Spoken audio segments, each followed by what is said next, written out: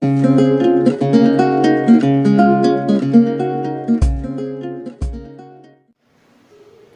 Weavers, నా పేరు శాతవాహనం.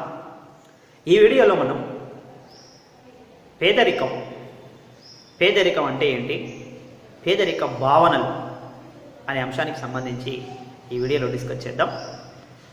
పేదరికము సహజంగా ఒక దేశం లేదా దేశంలో ఉండబడేటటువంటి ప్రజలు అనుభవిస్తున్నటువంటి యొక్క సమస్య. మరి పేదరికం అంటే ఏంటి, ఏముంటుంది పేదరికంలో, ఎలా మనం పేదరికాన్ని విభజించుకోవచ్చు, ఎన్ని రకాలుగా విభజించుకోవచ్చు ఈ పేదరికాన్ని?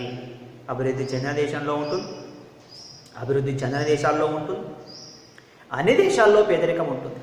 కానీ వాటి తీవ్రతను బట్టి, అది ఉండే స్వభావాన్ని బట్టి మనం పేదరికము అనేటటువంటి ఒక భావాన్ని విశ్లేషణ చేసుకోవచ్చు. చూడండి, ఇక్కడ అదే మనం ఎక్స్ప్లెయిన్ చేసుకుందాం.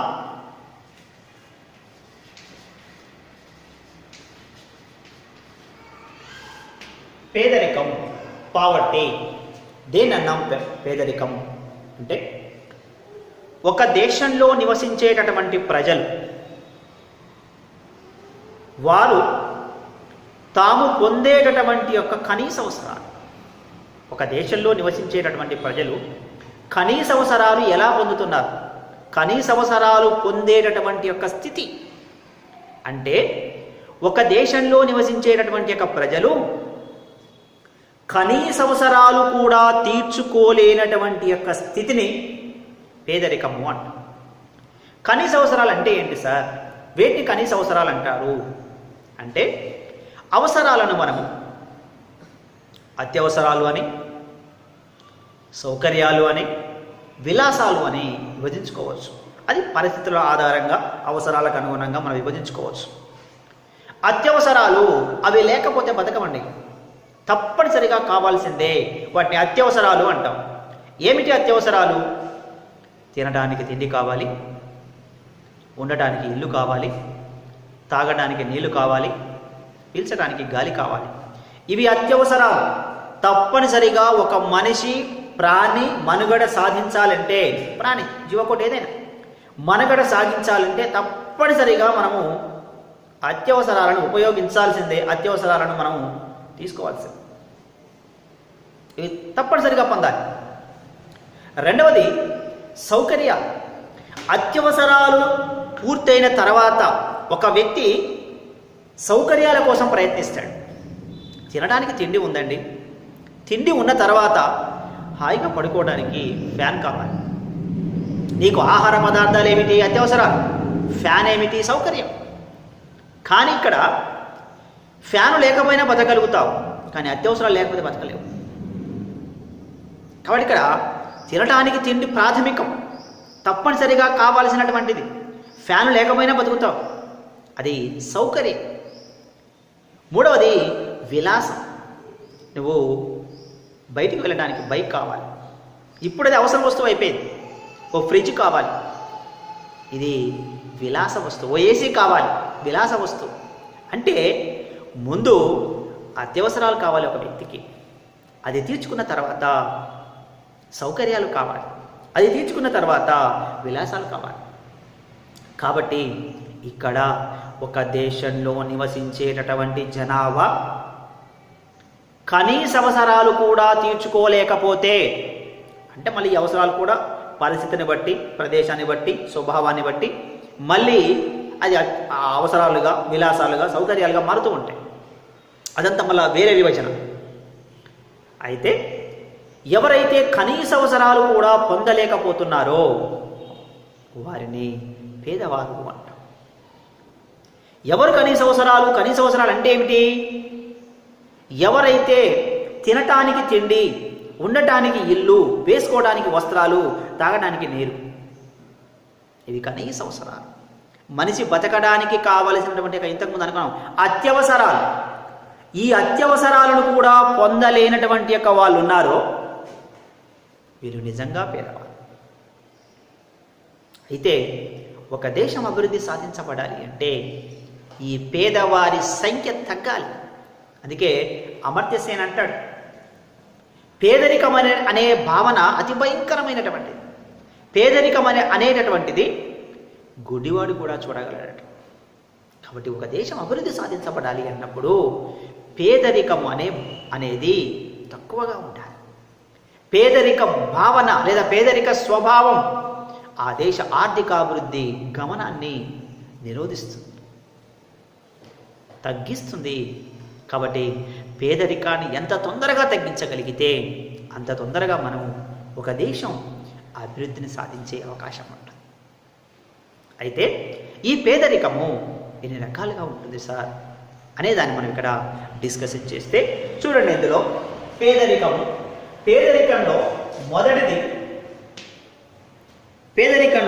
మొదటిది నిరపేక్ష పేదరికం.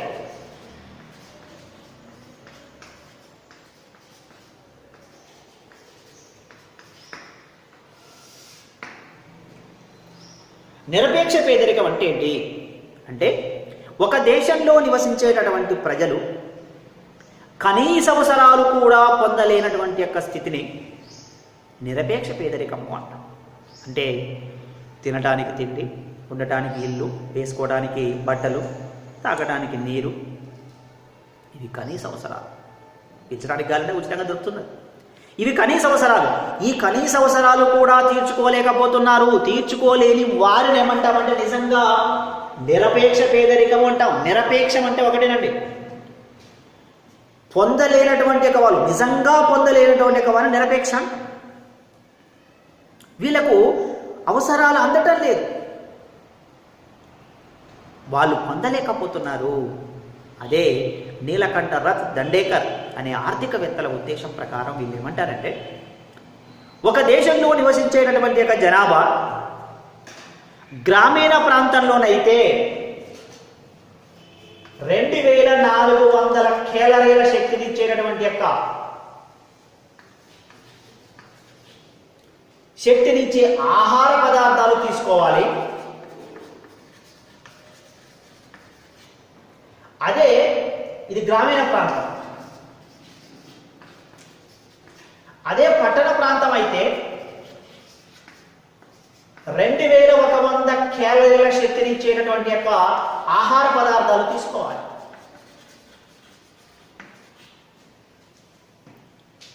ప్రతిరోజు దేశంలోని ప్రజలు ఎన్ని ఆహార పదార్థాలు, ఇంత కేలరీల శక్తినిచ్చే ఆహార పదార్థాలు తీసుకోలేరు. వారు నిజంగా పేదవారు. పట్టణ ప్రాంతంలో ఉన్న వాళ్ళు ఎవరైతే 2100 కేలరీల శక్తినిచ్చే ఆహార పదార్థాలు తీసుకోలేరు, కాబట్టి పేదవారు. అంటే పేదరికం అనే దాన్ని కొలవడానికి ఒక సూచిని ఇక్కడ మనం ప్రతిపాదించుకున్నారు. ఆ సూచే కేలరీలు. అన్ని కేలరీలను కూడా పొందలేకపోతున్నాడు. అది మినిమం, మ్యాక్సిమం కాదు, తక్కువ అన్ని కేలరీలు పొందకపోతే వాళ్ళు నిజంగా నిరపేక్ష, అంటే నిజంగా పేదవాళ్ళు అని చెప్పచ్చు. మరి ఎందుకండి ఈ వేరియేషన్ చూపించారు? గ్రామీణ ప్రాంతంలోనైతే 2400 కేలరీలు అన్నారు, అదే పట్టణ ప్రాంతంలోనైతే 2100 కేలరీలు అన్నారు అని అంటే గ్రామీణ ప్రాంతంలో ఉండే జనాభాకు శారీరక అవసరాలు ఎక్కువ, అంటే ఎక్కువ వర్క్ చేస్తారు, ఎక్కువ పని చేస్తారు, కాబట్టి వాళ్ళకి ఆహార పదార్థాల కేలరీలు కూడా ఎక్కువ కావాలి. పట్టణ ప్రాంతంలో ఉన్నవారు శారీరక శ్రమ తక్కువ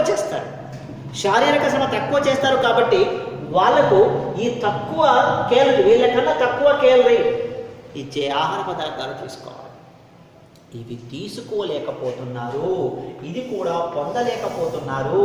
ఈ పొందలేనటువంటి యొక్క వారిని నిరపేక్ష పేదరికం అని మనం పిలవచ్చు. ఇండియన్ మెడికల్ కౌన్సిల్ రీసెర్చ్ వాళ్ళు కూడా ఇది డిక్లేర్ చేస్తారు. కాబట్టి మొదటిది నిరపేక్ష పేదరికం, కనీస అవసరాలు కూడా పొందలేనటువంటి యొక్క వారిని నిరపేక్ష పేదరికం అంటాం. ఒకటి. రెండవ భావన సాపేక్ష పేదరికం.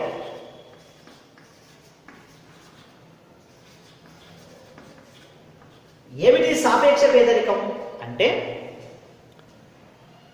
ఒక దేశంలో నివసించేటటువంటి యొక్క జనాభాలో ఒక వర్గం ప్రజలతో మరొక వర్గం ప్రజలతో పోల్చినప్పుడు వచ్చేటటువంటి యొక్క తేడానే సాపేక్షము అంట. సాపేక్షం అంటే పోల్చడం అండి, కంపారిజన్ చేయటం. అంటే ఇక్కడ ఎలా ఉంది, అక్కడ ఎలా ఉంది, ఆ రెండింటి కంపారిజన్ చేస్తే సాపేక్షం. ఎలా అంటే ఒక వర్గం ప్రజలను ఆదాయాలను మరొక వర్గం ప్రజల యొక్క ఆదాయంతో, అంటే ఎలా సపోజ్ పైన ఉన్నటువంటి యొక్క 5 నుంచి 10% జనాభా యొక్క 10% జనాభా ఆదాయాన్ని అడుగున ఉన్నటువంటి యొక్క దిగువన ఉన్నటువంటి యొక్క 5 నుంచి 10% జనాభా ఆదాయాన్ని పోల్చితే చెప్పేదాన్ని సాపేక్ష పేదరికము అంట.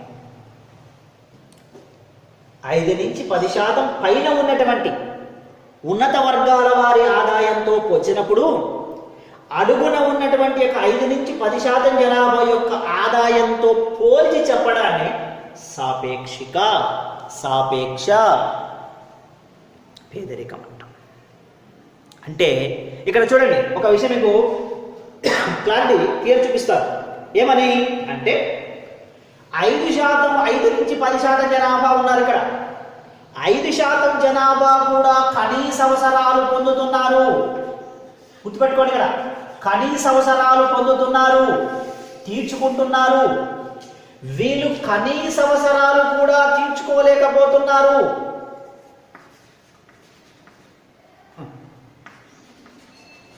వీళ్ళు కనీస అవసరాలు కూడా తీర్చుకోలేకపోతున్నారు, కనీస అవసరాలు పొందలేకపోతున్నారు.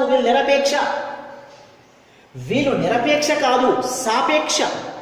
సాపేక్ష అంటే ఏమిటి అంటే కనీస అవసరాలు తీర్చుకుంటున్నప్పటికీ వీళ్ళ ఆదాయంతో పోల్చితే వీళ్ళ ఆదాయం తక్కువ. వీళ్ళ ఆదాయంతో పోల్చితే అంటే ఉన్నత వర్గాల వారి ఆదాయంతో పోల్చితే దిగువన ఉన్నటువంటి యొక్క ప్రజల యొక్క ఆదాయాలు తక్కువ కాబట్టి ఈ జనాభాని ఏమంటామంటే సాపేక్ష పేదరికం లేదా సాపేక్షిక పేదవారు. కాబట్టి అర్థం అంటే ఉన్న వాళ్ళతో పోల్చుకుంటే లేని వాళ్ళు వీరు కనీస అవసరాలు పొందుతున్నారు, వీళ్ళు కూడా కనీస అవసరాలు పొందుతున్నారు. కనీస అవసరాలు వీళ్ళు కూడా పొందుతున్నారు, వీళ్ళు కనీస అవసరాలు పొందుతున్నారు. కానీ వీళ్ళ ఆదాయాలతో పోల్చుకుంటే వీళ్ళ ఆదాయాలు చాలా తక్కువ. అంటే ఏం చేస్తున్నాము, సాపేక్షికంగా మనం వీళ్ళతో కంపారిజన్ చేస్తున్నాం, పోల్చుతున్నాం. కాబట్టి ఎక్కువ ఆదాయం ఉన్న వారితో తక్కువ ఆదాయం ఉన్న వారిని పోల్చుతూ చెప్పడాన్ని సాపేక్షిక పేదరికం అని మనం చెప్పవచ్చు. ఇక్కడనేమో కనీస అవసరాలు తీర్చుకోలేకపోతున్నాడు, ఇక్కడ తీర్చుకుంటున్నప్పటికీ కూడా ఉన్నవాడితో లేనివాడు సాపేక్ష పేదరికం. ఇది రెండవ భావన సాపేక్ష పేదరికంలో. మొదటిదేమో నిరపేక్ష, రెండవదేమో సాపేక్ష. ఇక మూడవది చూడండి, నిరపేక్ష పేదరికం, సాపేక్ష పేదరికం, దారిద్ర్య రేఖ. దారిద్ర్య రేఖ మనం సహజంగా వ్యవహరిస్తుంటాం, మాట్లాడుతుంటాం దరిద్రుడు, దరిద్రము అని. దరిద్రం కాదండి, దారిద్ర్యము. దారిద్ర్య రేఖ, దారిద్ర్యము ఏంటంటాం అంటే ఒక దేశంలో నివసించే ప్రజలు కనీస అవసరాలు కూడా పొందలేని వాళ్ళు దరిద్రుడు అంటాం. దారిద్రుడు అనాలి, సహజంగా వ్యవహారిక భాష కాబట్టి దరిద్రుడు అంటాం. దారిద్ర్య రేఖ, దారిద్ర్య రేఖ అని అన్నప్పుడు చూడండి, ఇది దారిద్ర్య రేఖ అంటే కట్ ఆఫ్ కన్జంప్షన్ లైన్, వినియోగ వ్యయ రేఖ. ఒక వ్యక్తి నిజంగా ఎన్ని రూపాయలు ఖర్చు పెట్టగలుగుతున్నాడు, కట్ ఆఫ్ కన్జంప్షన్. వినియోగ వ్యయము అంటాం. దారిద్ర్య రేఖను వినియోగ వ్యయం, వినియోగ వ్యయ రేఖ అంటాం. దాన్నే దారిద్ర్య రేఖ అని కూడా అంటాం. వినియోగ వ్యయ రేఖ ఎన్ని ఖర్చు పెడుతున్నాడు తన ఆహార పదార్థాల కోసం లేదా అవసరాల కోసం ఒక వ్యక్తి నిజంగా ఎన్ని ఖర్చు పెడుతున్నాడు అనేటువంటి దాన్నే దారిద్ర్య రేఖ అంటాం. ఇది దారిద్ర్య రేఖ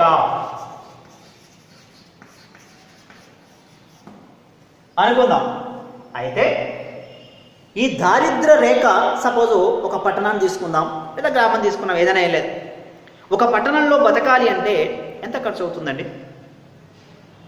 కనీస అవసరాలతోటి, విలాసాలు కాదు, సౌకర్యాలు కావు, కేవలం కనీస అవసరాలతో బతకాలి ఒక వ్యక్తి అన్నప్పుడు ఎంత అనుకుందాం? సపోజ్ ఒక 10,000 రూపాయలు కావాలి అనుకుందాం.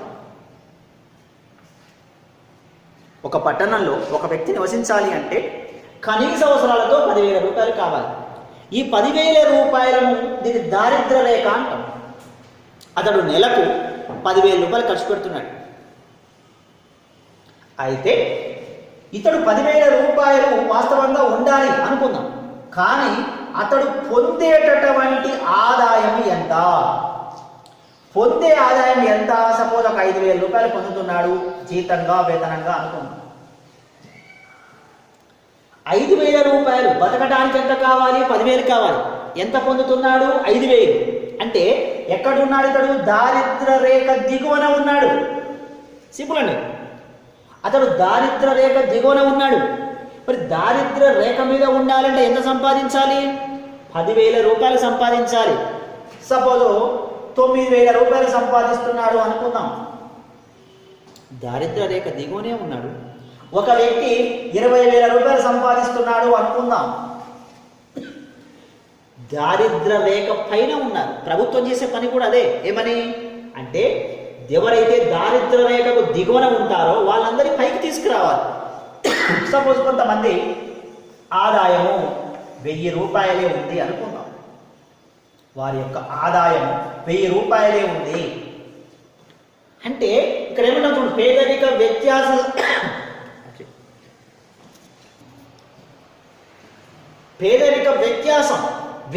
రేఖ, ఇది పేదరిక రేఖ గీత అనుకుందాం. అంటే బతకడానికి ఇన్ని డబ్బులు కావాలి. ఇది వినియోగ రేఖ.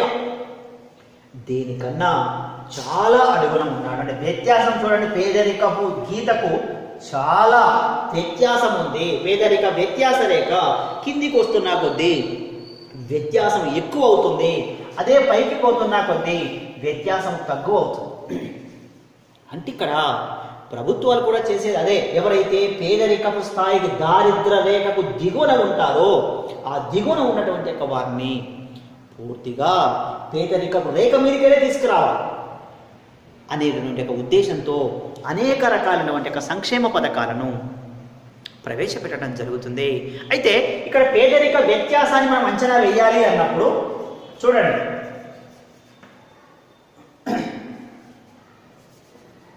పేదరిక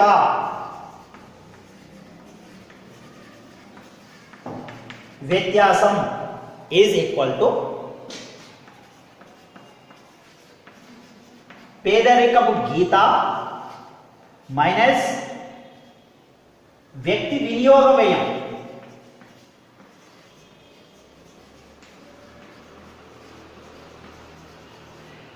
బై పేదరికపు గీత. ఈ ఫార్ములాను ఉపయోగించి ప్రభుత్వాలు పేదరిక వ్యత్యాసం ఎంత ఉంటుంది అని అంచనా వేసేటటువంటి అవకాశం ఉంటుంది. సో ఇలా మనము పేదరిక భావనలో 1 నిరపేక్ష పేదరికం, 2 సాపేక్ష పేదరికం, 3 పేదరిక దారిద్ర్య రేఖ, తర్వాత పేదరిక వ్యత్యాసం అనే భావాలను మనం ఎక్స్ప్లెయిన్ చేసుకోవచ్చు. సో ఇంకా పేదరికానికి గల కారణాలు, సమస్యలు, తద నివారణ చర్యలు అనే వీడియో తర్వాత ఆ వీడియోలో నేను అప్లోడ్ చేస్తాను. So thank you very much.